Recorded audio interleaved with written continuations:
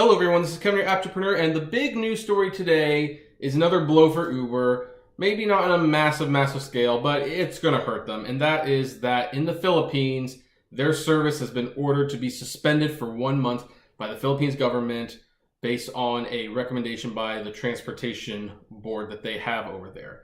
Now, we do not know exactly what the reason for the shutdown was, although apparently they have had issues with Uber and Grab over unlicensed drivers. Now, the Philippines is one of the first countries to actually regulate ride sharing.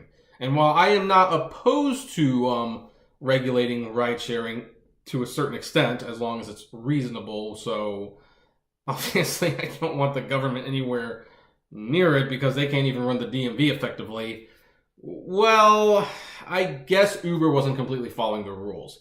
Apparently there is a rumor that the issue is that they have found that Uber is still using unlicensed drivers to work their service, as you can probably imagine, because the appeal of Uber and Grab and Lyft and Didi is that you can get a ride anywhere, and you don't necessarily have time to license and train all those drivers, and any idiot can drive a car. Why do you think we let 16-year-olds have driver's licenses? I don't say they drive it well. I just say they can drive. And so, Uber keeps bringing people on board. And I guess someone at the Philippines didn't like that very much. And so they told Uber to stop operations for a month. Now, the Uber spokesperson said they are looking into the claims and they are going to be working with the government and the transportation board to, figure out a solution to all of this. Which, I don't know what their solution could be at this point. I mean, I guess if they set up rules, just follow them. I mean, there's really not much you can do about that. I want to know what will happen if Uber actually decides to ignore the order, because Uber has basically done that before. They have not shut down.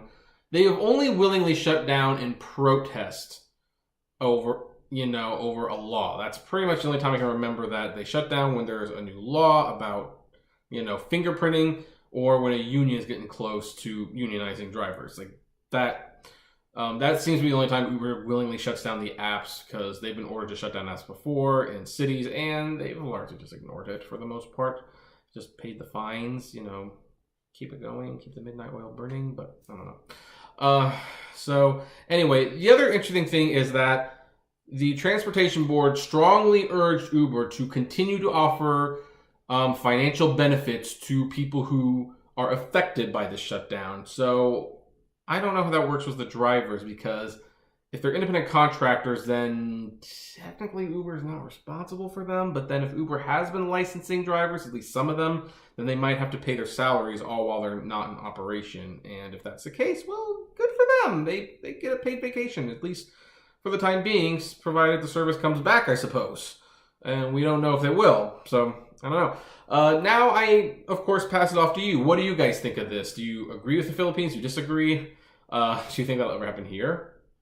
I'd like to know. Comment below. Like, favorite, share, subscribe. If you enjoy the videos I make, consider becoming a Patreon for as little as $1 a month, or buying some swag from the Great Media Universe store. If you'd like to try driving for Uber, there's a referral link below, and you get a nice little bonus as well.